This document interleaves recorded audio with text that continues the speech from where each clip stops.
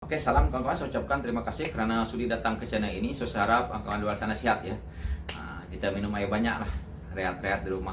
Oke, saya hanya nak menjawab sedikit persoalan, yaitu tentang jasa kerajaan terdahulu, jasa parti terdahulu. Saya nak jawab betul-betul nih, karena ini yang akan meracun kepala orang lain.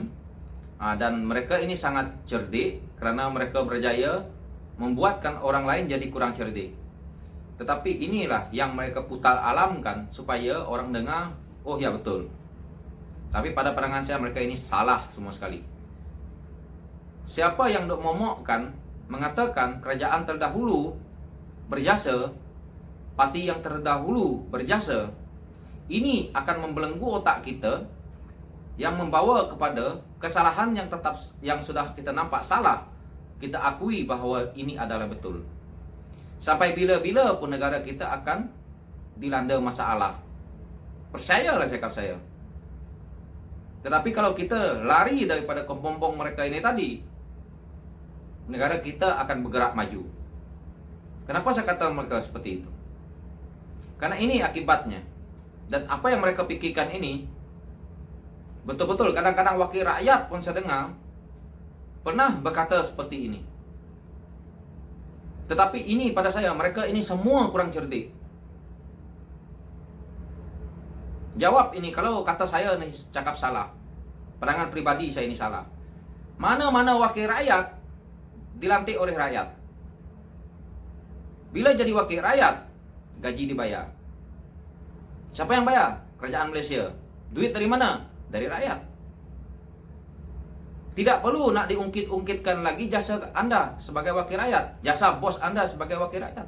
Karena sudah dibayar gaji, sudah dibagi allowance. Kereta nak pakai ada, driver. Senang cerita lah, pergi toilet pun tisu sudah disediakan. Tidak cukup kerajaan Malaysia bagi, tidak cukup rakyat bagi kemudahan kepada mereka. Jangan kata jasa lagi, itulah upah mereka sebagai wakil rakyat tadi. Jadi apapun mereka buat, kena buktikan mereka ini terbaik untuk rakyat. Jasa apa lagi? Parti berjasa. Kalau parti tak ambil duit rakyat untuk nak menegakkan parti mereka, ada parti Anda strong sampai hari ini? Cakap jujur. Jangan bohong. Tidak ada benda yang jalannya lurus. Tetapi yang rakyat maukan adalah perubahan yang tidak masih berada di tempat yang sama. Ini apa yang kita lihat hari ini. Yang mereka momokkan jasa parti mereka, jasa wakil rakyat mereka. Jasa apa? Dah dibayar kan gaji oleh kerajaan Malaysia? Tak cukup lagi. Tahu rakyat berapa susah. Kamu orang gaji besar-besar, kereta ada, driver ada, allowance sana, allowance sini, tidak cukup. Itulah mencuri duit rakyat. Saya tak kata ya, yang baik-baik tu baik. Tapi ini hakikat lah. Apa tujuan nak jadi wakil rakyat? Apa nak jadi wakil rakyat hanya untuk nak mengayakan diri?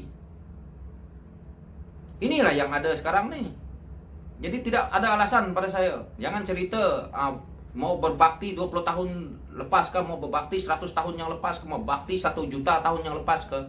Itu tidak ada alasan kalau pada saya.